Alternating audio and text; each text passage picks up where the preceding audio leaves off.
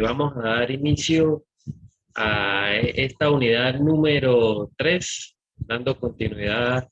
al programa referido al régimen legal de hidrocarburos en Venezuela.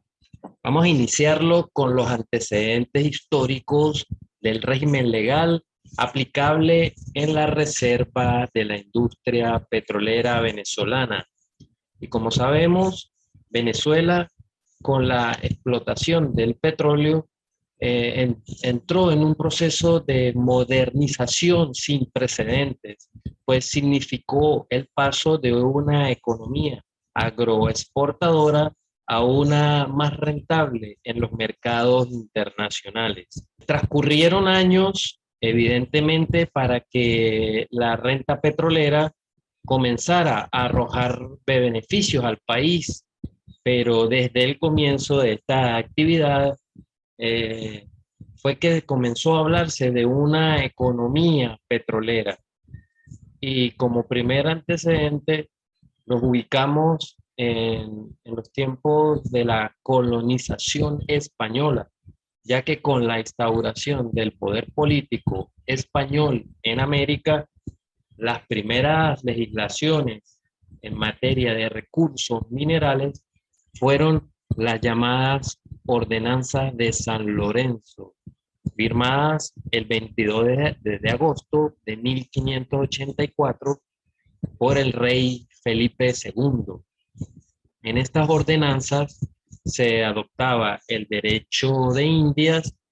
con un principio regalista sobre la propiedad de las minas metálicas de oro y plata. Este principio regalista del derecho se incorporaron todos los recursos minerales al patrimonio del rey, por lo que nadie podía trabajar ninguna mina ni beneficiarse de ella sin una licencia emitida por el rey, y además debía pagar una regalía. Esta modalidad llamada derecho regalista se da cuando el Estado crea el derecho individual a favor de una persona dentro de unos límites instituidos por el Estado mismo y con normas fijas y comunes para todos. Aquí es importante comprender el concepto de regalía como un pago que se efectuaba al titular de los derechos de propiedad de algún bien a cambio de usarlos o explotarlos. Estas ordenanzas de San Lorenzo estuvieron vigentes hasta las ordenanzas de minería de Nueva España, dictadas en 1783 por el rey Carlos III, las cuales tenían otras características que constituyen un verdadero código sobre el tema, mucho más amplio que las anteriores ordenanzas y que confirma el principio legalista, pero haciéndolo mucho más amplio, aplicable a cualquier otro metal, mineral, bitumen o aquellos llamados jugos de la tierra, como se ha comentado en anteriores clases. Además, se reafirmó el principio regalista al establecer que ninguna mina podía ser trabajada sin concesión directa del rey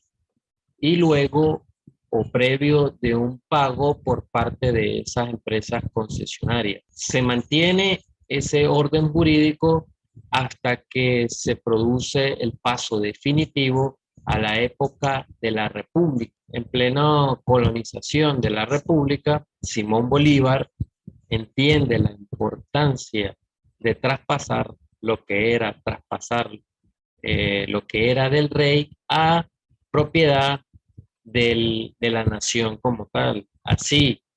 presenta su famoso decreto del 24 de octubre de 1829,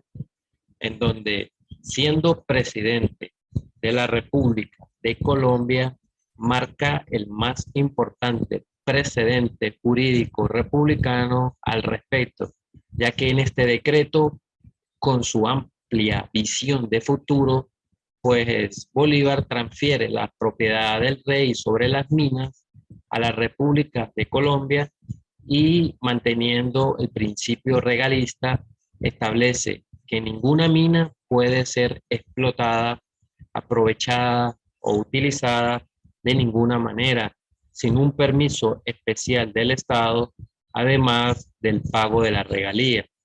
Comienza así nuestro dominio efectivo sobre el recurso natural,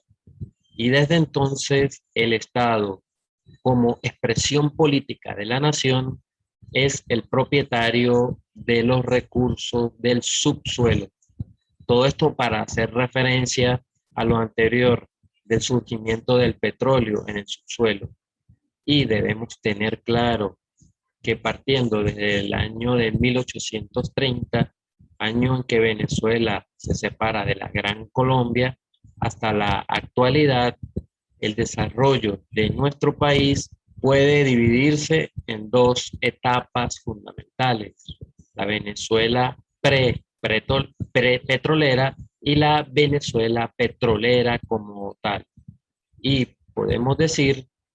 que el inicio de la historia petrolera de nuestro país se remonta al año de 1878, cuando un grupo de venezolanos se reunieron para crear una compañía, porque hubo un descubrimiento de petróleo en los terrenos de la finca La Alquitrana, por emanaciones que se produjeron luego de ocurrido el terremoto en el Táchira en 1875. Es así que se crea la primera empresa petrolera venezolana llamada Petrólea del Táchira. Luego, la palabra hidrocarburos se usa oficialmente y por primera vez en Venezuela a partir del año de 1904, durante la presidencia de Cipriano Castro, en donde se promulgó un código de minas. Sin embargo, en una legislación anterior, específicamente en el año de 1893, el general Joaquín Crespo se había incorporado en el código la palabra petróleo. Entonces, antes de ese código de 1904, el otorgamiento de una mina en concesión a su descubridor era prácticamente automático, pero al hacerse evidente el interés extranjero en los hidrocarburos, pues se hizo necesario llegar a una reglamentación especial para ello. Un año después, Cipriano Castro, en 1905, promulgó la Ley de Minas, referidas a las minas de asfalto, nafta, betún y otras usuqueritas, que constituyó la base legal que regularía todo lo referente a las concesiones petroleras. Esta permitía el traspaso de concesiones y derechos a la explotación de petróleo por lapsos de tiempo de hasta 50 años. Esta ley establecía también un impuesto anual de 2 bolívares por hectárea a la empresa explotadora, más 4 bolívares de regalía por tonelada exportada. Como dato importante, es en el año de 1914 donde fue descubierto el primer campo de gran importancia en Venezuela, denominado Mene Grande, en donde se encontraron en la población de San Lorenzo del estado Zulia ese primer pozo productor de petróleo venezolano de mayor importancia para la época, denominado Sumaque número 1. Posteriormente, en 1917 fueron suspendidos temporalmente los otorgamientos de concesiones petroleras, ya que se empezó a elaborar una ley de hidrocarburos en donde se mejoraba las condiciones impositivas que aumentarían los ingresos fiscales al país y así tener una mayor ganancia en la producción. Y es así como en el año de 1920 se aprueba la primera ley de hidrocarburos del país, en donde se estableció la figura de las reservas nacionales. También se estableció un mínimo para las regalías entre un 10 y un 15% y se redujo la duración de las concesiones otorgadas a empresas extranjeras. Esto en cuanto a lo que es el tiempo, ya que durante el periodo de Gómez se dio lo que se conoce como la danza de las concesiones, ya que en este año de 1921 habían más de 1.000 contratos de explotación petrolera que cubrían una extensión de aproximadamente 4 millones de hectáreas. Esta ley tuvo múltiples reformas, pero a pesar de que el control público se establecía sobre las actividades de exploración y explotación, se incrementó. Y el Estado en esos casos se abstuvo de intervenir directamente, confiando mayormente la gestión a la iniciativa privada. Para esta década de los años 20 del pasado siglo, los ingresos petroleros pasaron a ocupar el primer lugar dentro de los ingresos del presupuesto público, y las finanzas públicas que se habían desarrollado para el momento de una forma relativamente moderada, pues experimentó un súbito incremento de sus ingresos. A fines de la década de los 30, ante el incremento de los ingresos del Estado, decidió asumir la realización de ciertas actividades económicas a través de empresas públicas creadas para apoyar a los trabajadores y al sector agrícola. Luego, en el año de 1943, fue promulgada una nueva ley de hidrocarburos, a partir del cual se eliminó el tráfico de intermediarios, es decir, el Estado otorgó desde ese momento las concesiones directamente a aquellas compañías petroleras que garantizaran las mejores ventajas. Con esta nueva ley, la propiedad de los yacimientos se había determinado definitivamente como del Estado Nacional. Además, con esta ley y la creación de la primera ley de impuestos sobre la renta, se obligaría a las petroleras a pagar impuestos que anteriormente estaban exentos y se limitaría su cuota de producción. Luego, en 1948, se da una reforma parcial a la ley del impuesto sobre la renta, en donde la ley tributaria se hace una mención sobre el petróleo con la finalidad básica de establecer que en ningún caso la industria petrolera extranjera pudiera percibir mayores ganancias que las correspondientes al Estado venezolano, y que la suma de los impuestos de las empresas no podían ser inferior a la mitad de las ganancias de las mismas.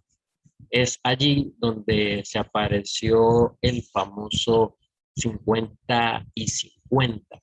En 1967 se sancionó la ley de convenios especiales relacionados con la desulfuración de hidrocarburos que permitió a la Corporación Venezolana de Petróleo comercializar los productos derivados de ese petróleo en el mercado interno. Posteriormente, en el año de 1971, se aprobó la Ley de Bienes Afectos a la Reversión de los Hidrocarburos en las concesiones, la cual forma parte de la actividad que fue asignada. Seguidamente, en el año de 1975, se dio la promulgación de la Ley de Nacionalización del Petróleo, que se convertiría en la ley orgánica que reservaría al Estado el comercio y la explotación de los hidrocarburos.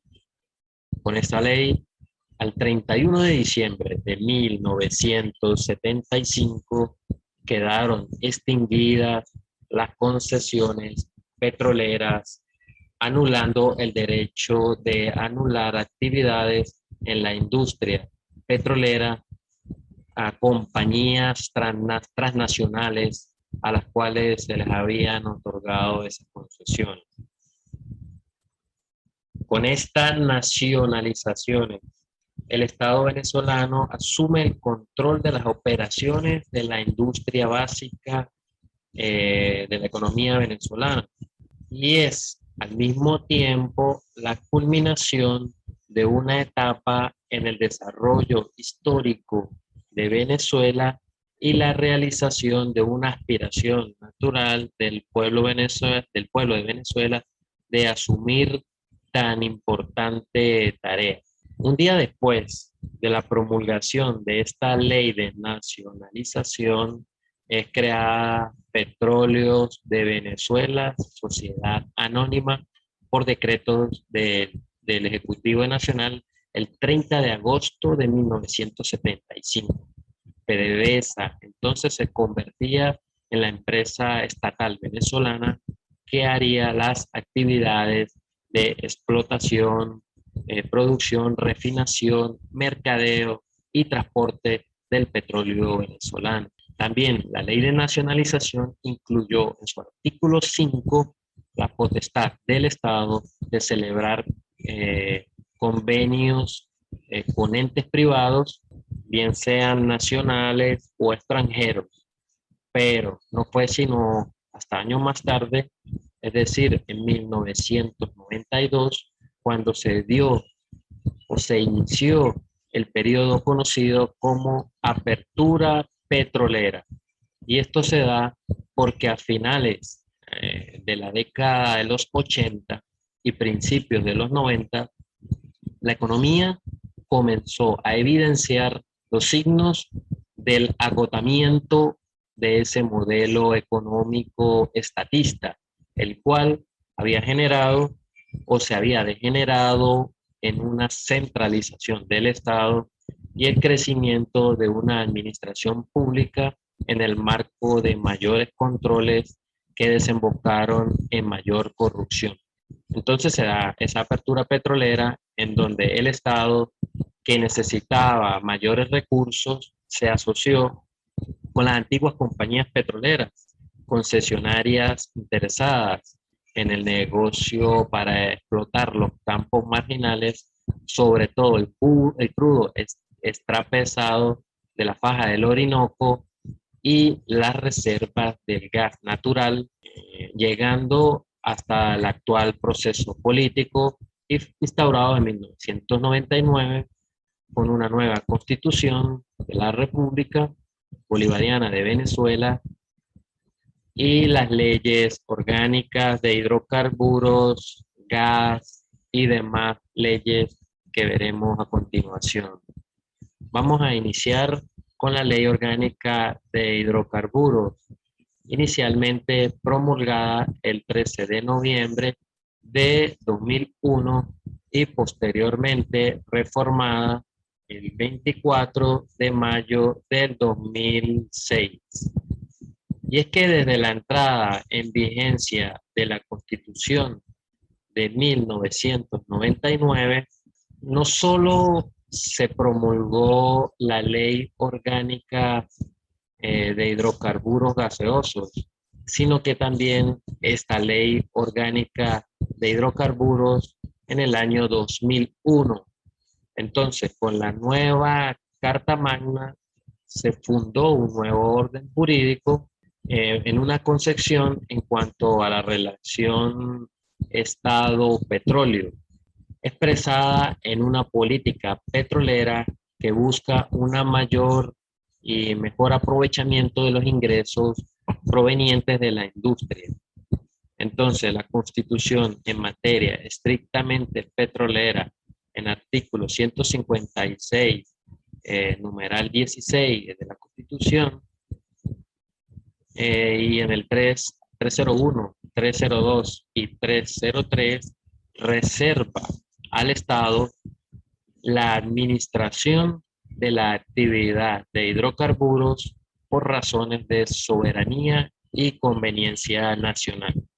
negando la posibilidad que, como cualquier otra, así como el dominio de la actividad por parte de PDVSA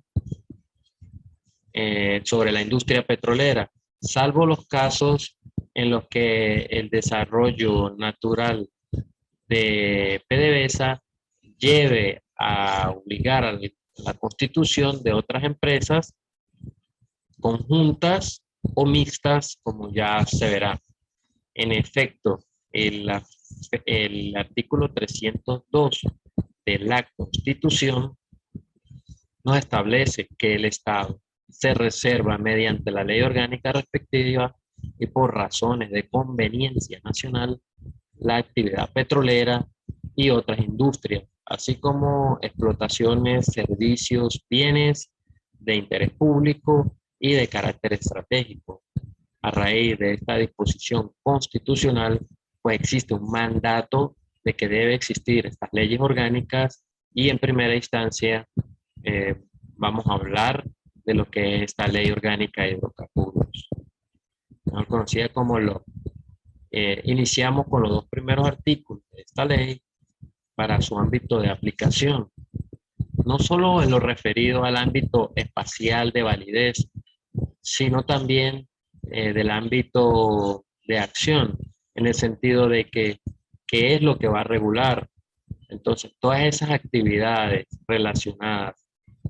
tal cual como lo es la exploración, explotación, refinación, industrialización, transporte, almacenamiento,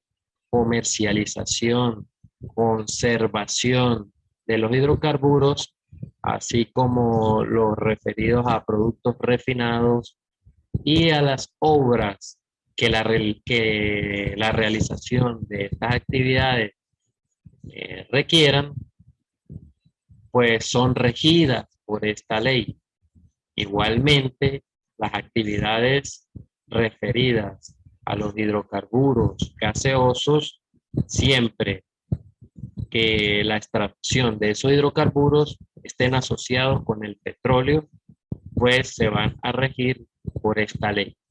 Esa es la excepción que hay con respecto a los hidrocarburos gaseosos que están reguladas por esta ley y no por aquella de gaseosos solamente. Luego nos encontramos taxativamente establecida en la ley, en lo ya fijado en la Constitución, y en las propiedades de los yacimientos. Y vemos que entonces los yacimientos de hidrocarburos existentes en todo el territorio nacional, cualesquiera que sea su naturaleza, son de la República, tal y como ya lo expresamos en clases anteriores, y que así lo tiene establecido el artículo 12 de la. Y no solo son de utilidad pública y de interés social esos yacimientos, sino que además las actividades y las obras que a su realización se requieran también son de utilidad pública y de interés social. Entonces vemos que en esta ley está claramente definida los principios de soberanía, de territorialidad, de legalidad, de publicidad, de orden público, como fin último de la búsqueda del bien común para el pueblo de Venezuela. Ahora, ¿Cuál es el órgano encargado de regular esta materia? La materia de hidrocarburos corresponde regularla al Ministerio de Petróleo. Eh, Cuando fue promulgada esta ley, era el Ministerio de Energía y Minas, luego fue el Ministerio de Energía y Petróleo y actualmente el Ministerio del Poder Popular para el Petróleo. A este le corresponde no solo regular y seguir las políticas y las planificaciones, sino también la realización y fiscalización de las actividades en materia de hidrocarburos, así como el desarrollo, conservación, aprovechamiento y control de dichos recursos. Dentro de estas primeras actividades que la materia de hidrocarburos regula, el ministerio regula estas actividades de exploración, que son estas actividades primarias. Estas actividades de exploración en búsqueda de yacimientos de hidrocarburos, por supuesto lo regula esta ley y también está comprendida en ella la recolección, el transporte y almacenamiento. Luego de estas actividades primarias, en cuanto a lo que serían ya los relativas a destilación, purificación y de hidrocarburos naturales, de lo que llamaríamos actividades de refinación y comercialización, pues entran a estar reguladas, ya que con estos procesos pues se le da valor a esas sustancias o a esos productos y luego su posterior comercialización, lo cual puede ser en este proceso casos realizados por el Estado y otros también realizados por los particulares,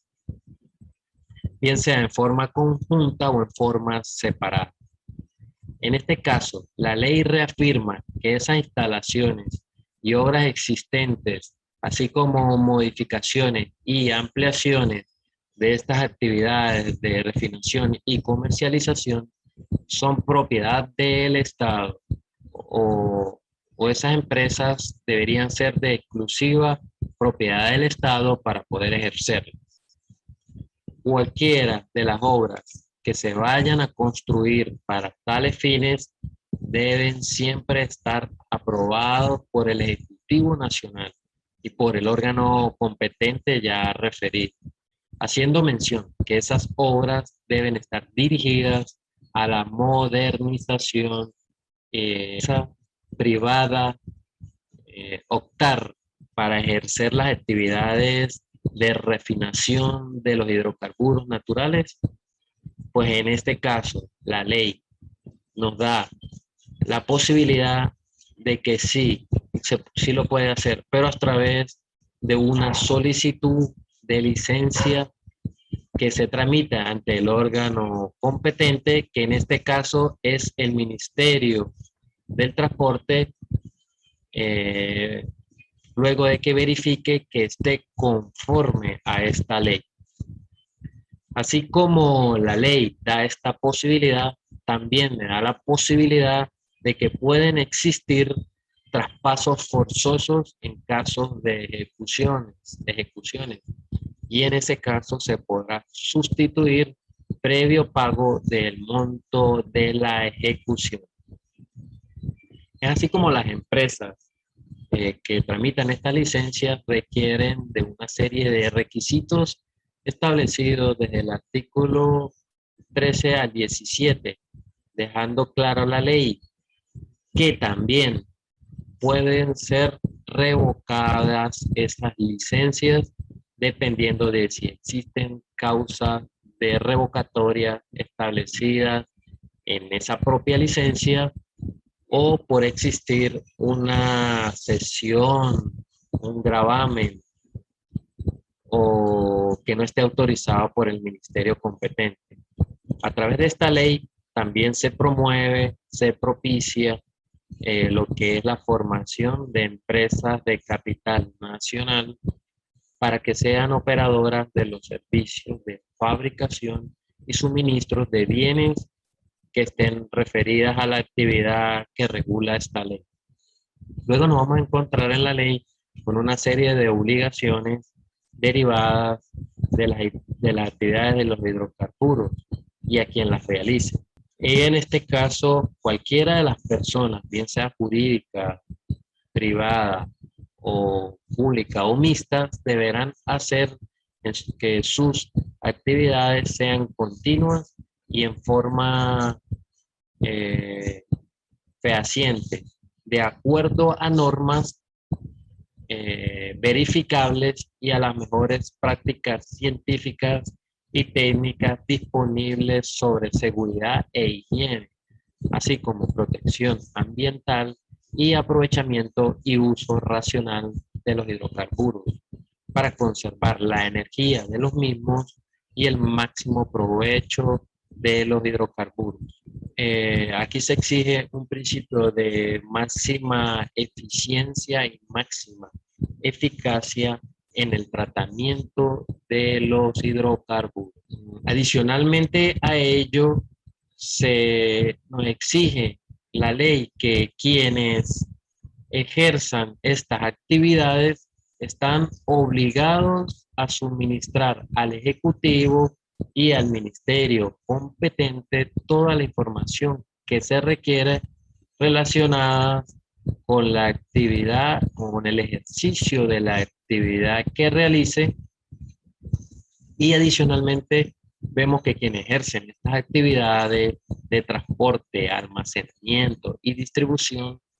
deben permitir el uso de sus instalaciones a otros transportistas, almacenadores o distribuidores cuando esas instalaciones tengan la capacidad disponible para hacerlo y que siempre y cuando lo exija un interés público o social. En este caso,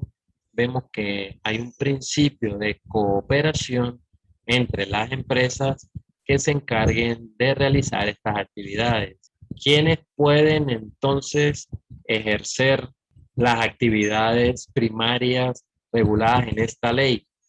Pues el articulado nos dice que todas estas actividades a los que nos hace el artículo 9 de la ley las pueden realizar el Ejecutivo Nacional directamente o por empresas de su exclusiva propiedad, pero no solo allí, también nos da la posibilidad de que existan empresas que tenga el control de decisiones el mismo Ejecutivo, ya que y que puedan tener una participación mayor del 50% del capital social y así pueda manejar las decisiones. En este caso hablaríamos de las famosas empresas mixtas. Existe una limitante en cuanto a la extensión de las áreas donde se realizarán esas actividades primarias, en donde no pueden ser mayores a 100 kilómetros cuadrados. Esa será la superficie máxima en donde se podrá ejecutar por una empresa esas actividades primarias. También se podrá, mediante decreto emanado del Ejecutivo Nacional, hacer transferencias a empresas operadoras del derecho al ejercicio de esas actividades primarias,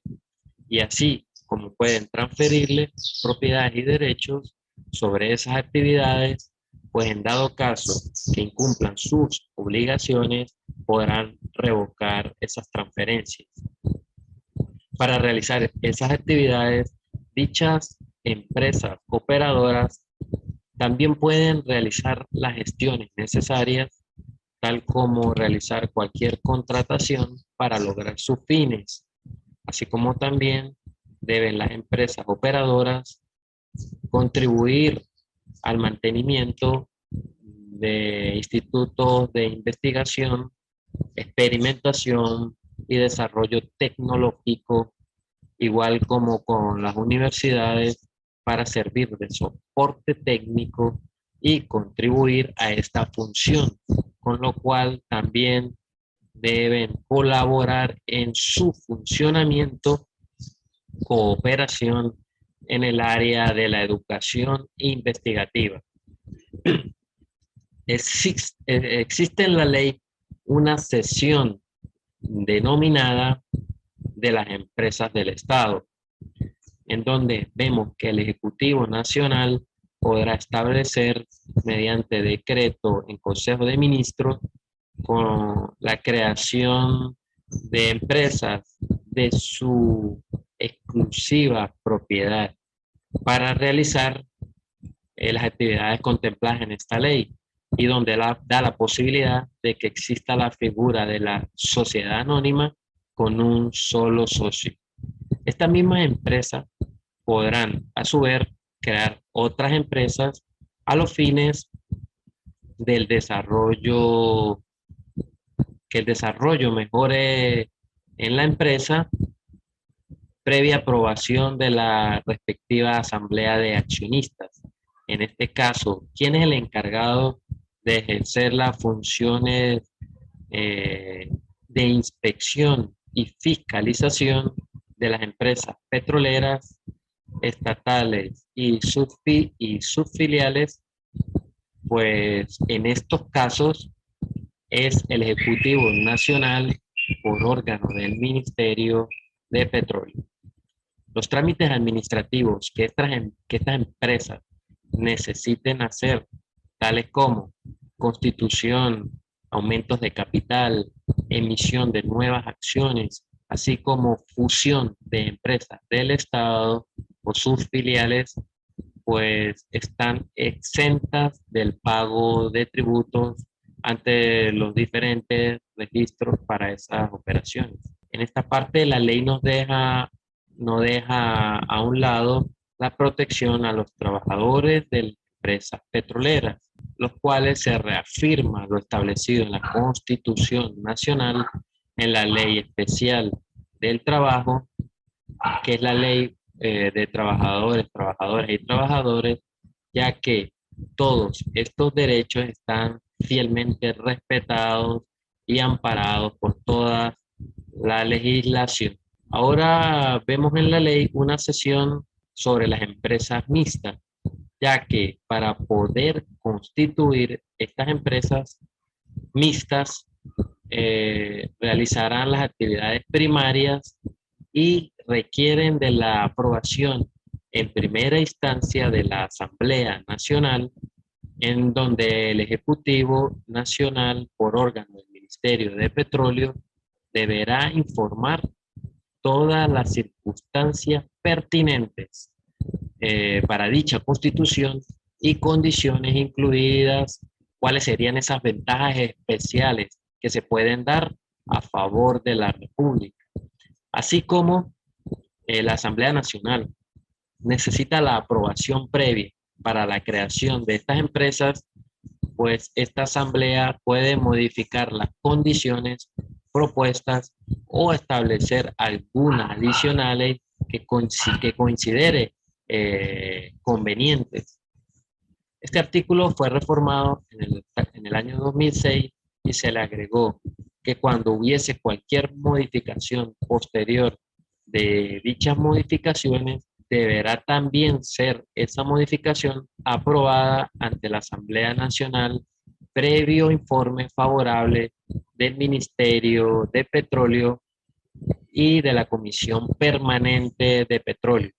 Estas empresas se regirán por la presente ley y en cada caso particular por los términos y condiciones establecidos conforme a la ley requiere y al informe de esa comisión permanente, en donde se le dé el visto bueno para la creación de la empresa mixta y también cuando el interés nacional lo amerite.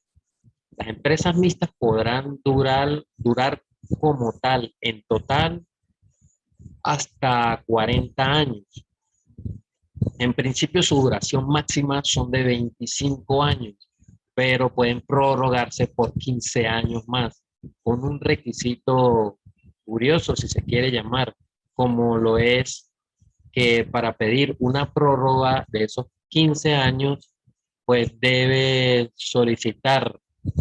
a la mitad de esos 25 años, para lo cual fue otorgado el derecho.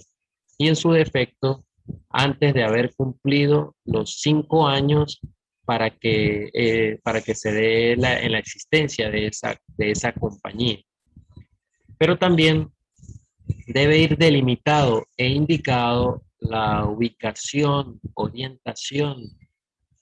y, y forma del área donde se dará esa empresa mixta en las actividades y demás especificaciones que establezca. Otra de las indicaciones que se le dan es que se le dan a este tipo de empresas es que las, las obras y, y demás herramientas y obras permanentes que estén deben ser conservadas en buen estado, ya que en cualquier momento deben ser entregadas como propiedad de la República, libre de gravámenes y sin indemnización alguna, una vez son extinguidos los derechos otorgados. Otra de las condiciones es que ante cualquier conflicto, disputa o controversia deben ser resueltas amigablemente sin la posibilidad de dar origen a reclamaciones extranjeras. Este articulado de las empresas mixtas lo conseguimos en el artículo 33 al 37. Y en el 35 vemos que se exonera a la República de garantizar la existencia de las sustancias que puedan existir o no en los territorios otorgados para estas actividades. Por ello, la República no se obliga al saneamiento y es libre de responsabilidades y no genera ninguna indemnización.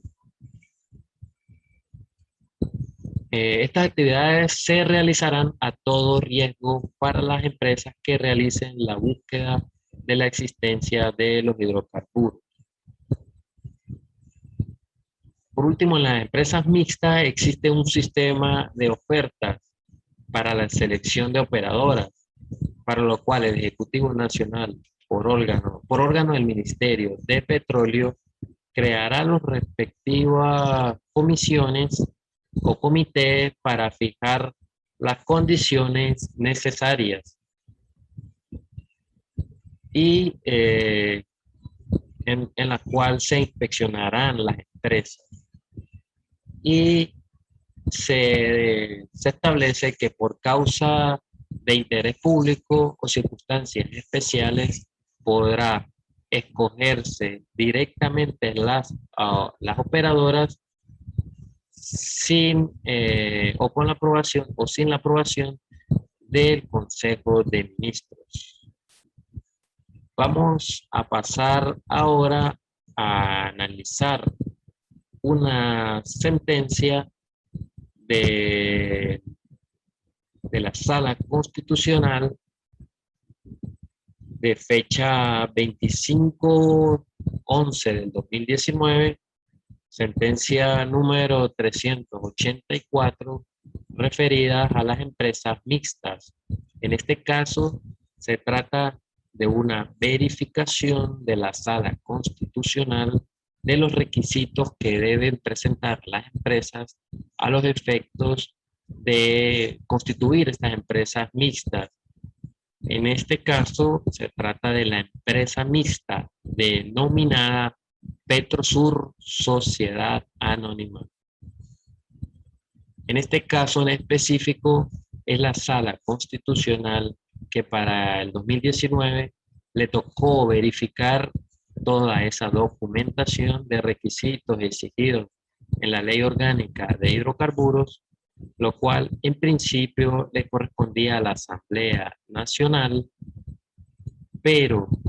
como previamente esta misma sala había declarado el desacato de la Asamblea Nacional, pues le correspondió constatar a la Sala Constitucional y tomar excepcionalmente esa función de la Asamblea Nacional para dar la veracidad de la constitución de esta empresa mixta. Entonces, es aquí donde la sala verifica el cumplimiento del articulado de la ley, es decir, del artículo 33 al 37, presentándose en este caso una modificación previamente verificada, el cumplimiento de las obligaciones, de los requisitos, y donde vienen incluidos también están las posibles ventajas especiales a favor de la República. En este caso se cumplió con estos requisitos para esta modificación que estableció la reforma la reforma de la ley del año 2006, y declaró procedente que se dieran las modificaciones.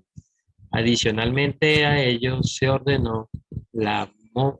publicación en la Gaceta Oficial de la República Bolivariana de Venezuela de esta modificación de la empresa mixta Petrosur Sociedad Anónima. Luego conseguimos en la ley el articulado referente a la ocupación temporal, también de la expropiación y de la servidumbre. Es que las personas que vienen ejerciendo todas las actividades, bien sean primarias y lo que son el procesamiento y refinación de hidrocarburos naturales, podrán tener el derecho de solicitar la ocupación temporal o la expropiación de bienes, según fuese el caso. Igualmente, la Constitución, igualmente podrán solicitar la constitución de servidumbres para que se dé con plena comodidad estas actividades. En el caso de que se vaya a dar una expropiación, pues esta ley remite a la ley especial que rige esta expropiación. Luego nos conseguimos en la ley el procedimiento para la instauración de servidumbre. Para los que no saben qué es una servidumbre, les comento que es un derecho real, perpetuo o temporal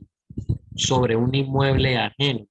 en virtud del cual se puede usar o ejercer ciertos derechos de disposición, o bien impedir que el propietario ejerza algunas acciones en su derecho de propiedad. Esto es muy común en este campo de los hidrocarburos, porque muchos de los yacimientos pueden estar colindando o en una propiedad privada o dentro de una propiedad privada, y entonces allí, cuando de una u otra manera debe utilizarse esta figura jurídica para lograr los objetivos que se están trazando en la explotación de hidrocarburos. Esto ya como un tema de bien común de la nación. Entonces, cuando se necesite constituir una servidumbre sobre terrenos de propiedad privada, las personas autorizadas pues deben celebrar con los propietarios los contratos necesarios. En dado caso que no exista un acuerdo, pues deben los interesados acudir al tribunal de primera instancia en lo civil con jurisdicción de la localidad, para que éste autorice el comienzo de los trabajos, y se establece un procedimiento en donde el solicitante debe señalar con precisión las áreas y bienes que serán afectados y los trabajos que allí que allí se van a realizar, y tendrá que hacer una solicitud para unos requisitos para la instauración de la servidumbre, tales como nombre del propietario, la circunstancia de la servidumbre, así como cualquiera que tenga, quien tenga algún derecho sobre el bien, los bienes que serán afectados por la servidumbre y así como las áreas que van a ser requeridas y los trabajos que van a realizarse, también como un plazo de duración y la condición de la servidumbre. Y por último, que el concesionario, cualquier otro dato para ilustrar al tribunal y al juez de la importancia de la constitución de una servidumbre. En principio se hará un procedimiento breve civil en el cual se tratará de hacer lo más expedito que puede concluir en una indemnización calculada por un perito o experto, quien establecerá un monto en dado caso que el propietario dado caso que el propietario acepte, pues entonces allí terminará ese pequeño pleito y se constituirá la servidumbre. En dado caso que el propietario no acepte la indemnización calculada por los peritos, se irá por el procedimiento civil ordinario. El otro caso es cuando se va a constituir una servidumbre en un terreno baldío, en la cual las personas autorizadas deberán celebrarlo, eh, deberá celebrar el convenio necesario con el Ejecutivo Nacional y pagar cualquier contraprestación convenida, salvo en los casos que el Ejecutivo Nacional resuelva exonerar del pago. En el caso de que hubiesen mejoras de particulares sobre algún terreno en donde se constituya una servidumbre, pues la indemnización que corresponda a esos particulares la debe pagar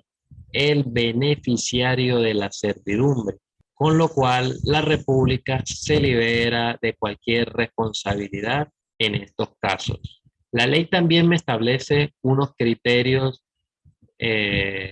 a los efectos de evitar posibles disputas o conflictos en el caso de que existan yacimientos de hidrocarburos que se extiendan bajo áreas sobre las cuales actúe más de un explorador. Y en estos casos se deben celebrar convenios de unificación para su explotación, el cual está sujeto a la aprobación del Ministerio de Petróleo y en dado caso que no exista ese acuerdo, el despacho establecerá las normas según las cuales se regirá la explotación. Cuando esos yacimientos se extiendan en áreas atribuidas para explotación hacia áreas que no fueron otorgadas en concesión o no hayan sido atribuidas para su explotación, pues el Ejecutivo Nacional, por órgano del Ministerio de Petróleo, tomará las medidas necesarias para salvaguardar los derechos de la República. En el caso de que se den yacimientos con países limítrofes, igualmente se debe acordar convenios de unificación con esos países para evitar cualquier disputa y salvaguardar igualmente los intereses de la República. Por el momento vamos a dejar el tema hasta acá y seguiremos analizando la ley en la próxima clase. Hasta luego.